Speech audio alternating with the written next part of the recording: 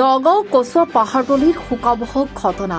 মাটিৰ কুঁৱা চাফা কৰিবলৈ গৈ দ কুঁৱাত পৰি মৃত্যু এজন লোকৰ। নিহত লোকজনৰ নাম নবী হুছেইন বুলি জানিব পৰা গৈছে। দ কুঁৱাত পৰি থকা অৱস্থাত লোকজনক উদ্ধাৰৰ চেষ্টা চলাই স্থানীয় লোকে। তিনিজন লোকে কুঁৱা চাফা কৰিবলৈ আহিছিল আব্দুল জলিল নামৰ লোকজনৰ ঘৰত। ঘটনাস্থলীত আৰক্ষী আৰু SDRF বাহিনীৰ দল উপস্থিত হৈ এঘণ্টাৰ চেষ্টাৰ অন্তত উদ্ধাৰ হয় মৃতদেহ। ঘৰতো মই ঘৰতেই নাই, সিহঁতে কামত আহিছে বোলে।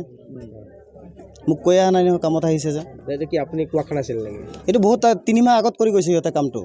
কিন্তু আজি যে সিহঁতে কামত আহিব মোকতো কমচে কম পাৰ্মিশ্যনটো ল'ব লাগে নহয়। কামটোতো সেইটো মোৰ পাৰ্মিশ্যন লোৱা নাই, সেইটো মনে মনে আহি কামত লাগি গ'ল। মোৰ ঘৰতো মানুহ নাই। কি কাম কৰিছিলে আজি? সেইটো চাফা কৰিবলৈ আহিছিল। কামটো 3 মাহ আগত কৰি গ'ল, কামটো কমপ্লিট কৰিছে সিহঁতে। কেইজন আহিছিলে চাফা কৰিবলৈ? 3জন।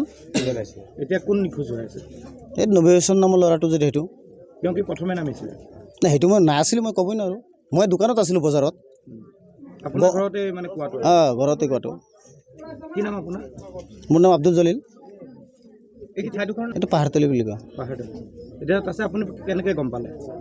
সিহঁতে মাতিছে আমাক, সিহঁতে মানুহে ফোন কৰিছে, তেতিয়াহে আহিছোঁ আমি। এতিয়া SDRF কোনোবা লোক আহিছে? মই আহি আছে বুলি শুনা পাইছোঁ।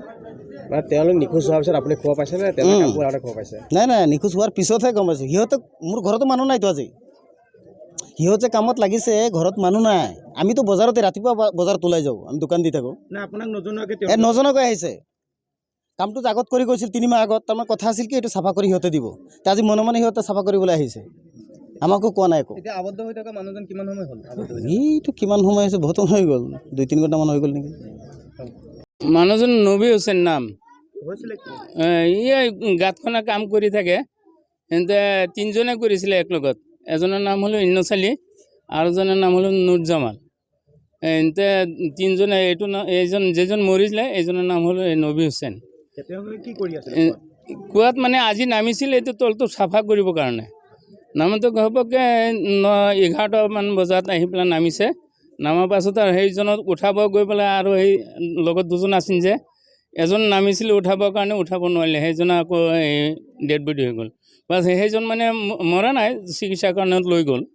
তাই সেই 2জন গুচি গ'ল। আৰু এইজন মানে তলৰ পৰা উঠাব পৰা নাই এতিয়ালৈকে। প্ৰথম যিজন নামিছিলে সেইজন এতিয়া উঠাব পৰা নাই। নবী হুছেইন এতিয়া আবদ্ধ হৈ আছে। এতিয়া এইটো 35 ফুট আছে নেকি? ন 5 ফুট 6 ফুট বুলি কৈছে সিহঁতে পানী আছে বুলি। বাকী এনে মানে বাকীখিনি খালী হৈ আছে আৰু তেখেতে মানে এতিয়া উঠাব পৰা নাই। থানা আহিছে, কি কৰে এতিয়া তেখেতে উঠাম বুলি। তেওঁৰ ঘৰত কাম কৰিব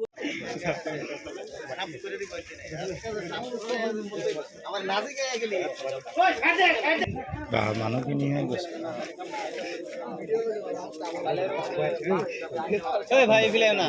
মানুহ বেলেগ মানুহখিনি আঁতৰি আহক।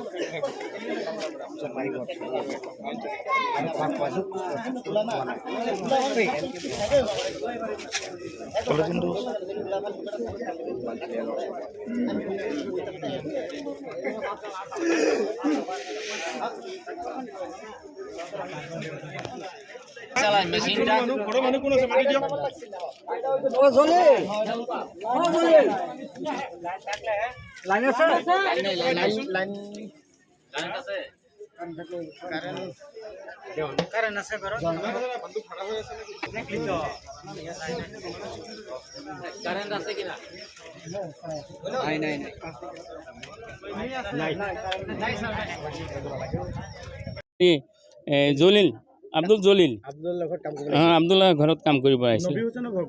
নবী হুছেইন গ'ল পাহাৰৰ সিপাৰত আৰু এই খেৰণি আমতলা বুলি কয় গাঁওখন। ইয়াত কাম কৰিবলৈ আহিছিলে। এতিয়া কি SDRF আহি আছে? আহি আছে। তেখেতে মানে উঠাব বুলি আমাৰ OC ছাৰে কৈছে SDRF আহি আছে তো উঠাব। পাব্লিকে চেষ্টা কৰিছে, উঠাব নোৱাৰিলে। কচুৱাৰ পৰা গুলজাৰ হুছেইনৰ ৰিপৰ্ট, নিউজ ৰিপৰ্ট টুডে।